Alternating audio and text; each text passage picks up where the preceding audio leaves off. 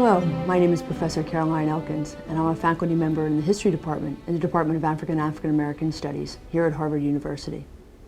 I'm also delighted to be the chair of the Committee on African Studies, which is Harvard's university-wide entity on Africa. It's an incredible time here at Harvard for the study of Africa. Most recently, the Department of Education has designated us as a National Resource Center for African Studies. This, of course, comes with great responsibility. We've been looking for ways in which we can reach men and women around the globe, here in Cambridge, in California, South Africa, Nigeria, Kenya, Japan, and elsewhere. But the question became, how do we do this? Of course, we have our own website here at Harvard, but the traffic is reasonably low.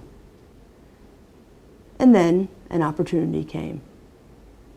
We met Teresa Clark in Africa.com. Africa.com is an incredible website. It's the fastest growing website on Africa. It has over 1 million users per month. It's a place where novices and experts alike come in search of research materials, news, ideas on arts and culture, travel-related issues.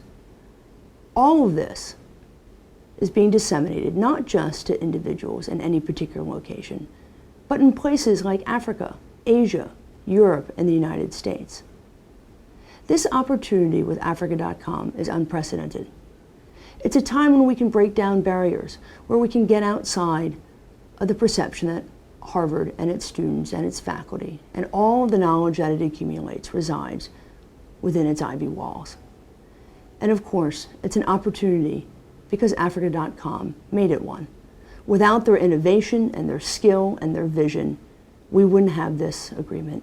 We wouldn't have this opportunity, and we wouldn't have the multiple different kinds of ways forward in terms of outreach around the globe.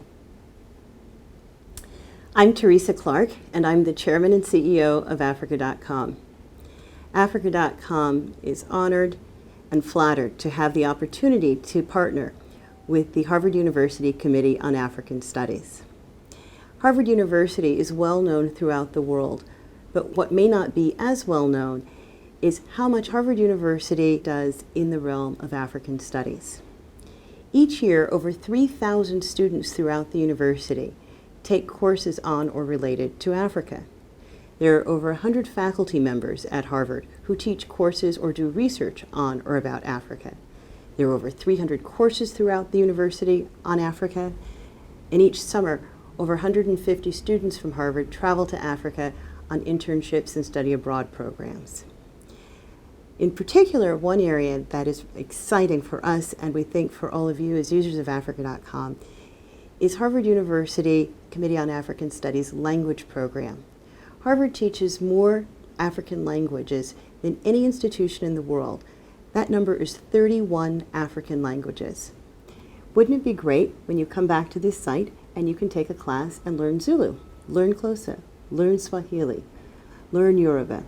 All of this will be possible through the partnership with Harvard, and they will be developing these courses for us, and these will be available on Africa.com. In addition, we are particularly excited to be able to bring to users of Africa.com Harvard's extensive collection of maps. We know through our research at Africa.com how many internet users searching on Google, Yahoo, and Bing are looking for maps of Africa. This is one of the most common search terms on the internet related to Africa, are African maps. People want to understand Africa's geography better. Harvard has over 1 million maps related to Africa. These are digitized maps that provide political lines, geological lines. They're fantastic interactive heat maps that allow you to look at concentrations of transportation hubs and other forms of development throughout the continent. We're very excited about bringing this content to Africa.com's users. The third area of collaboration that we plan with Harvard University is in the realm of syllabus development.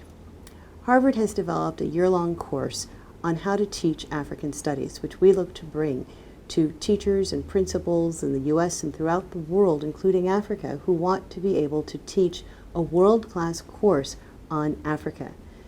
The course is developed for 11th and 12th graders and will cover African history, culture, politics, economics, It's a very, very exciting opportunity to provide this information to students in public and private schools throughout the world, and to have a vetted syllabus and reading list that comes from one of the world's foremost institutions on the study of Africa. So with this, we look forward to embarking upon this partnership with Harvard, and are very pleased to have signed our Memorandum of Understanding covering this work, and to move forward with a great deal of enthusiasm. September 18th is an historic day here at Harvard.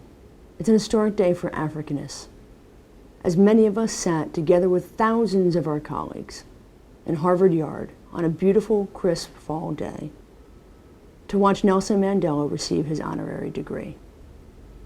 This kind of ceremony is unique in Harvard's history. Only a handful of others, Winston Churchill, George Washington among them, have had, if you will, a special ceremony, an off-cycle time from graduation. He intoned the community there that the greatest single challenge facing our globalized world is to combat and eradicate its disparities.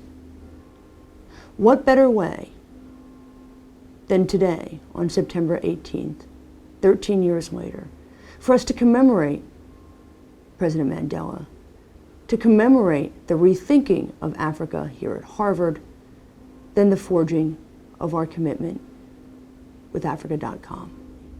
In this way, we see ourselves, in some small capacity, as following through on President Mandela's charge. That is, to attempt to eradicate disparities, and in this instance, disparities about knowledge. And with that in mind, I welcome our work with Africa.com. I am thrilled, as are many of my colleagues, about the endless possibilities, and I invite you to come back to see us here on Africa.com as we move forward with the many different possibilities in the realms of education, learning, and knowledge.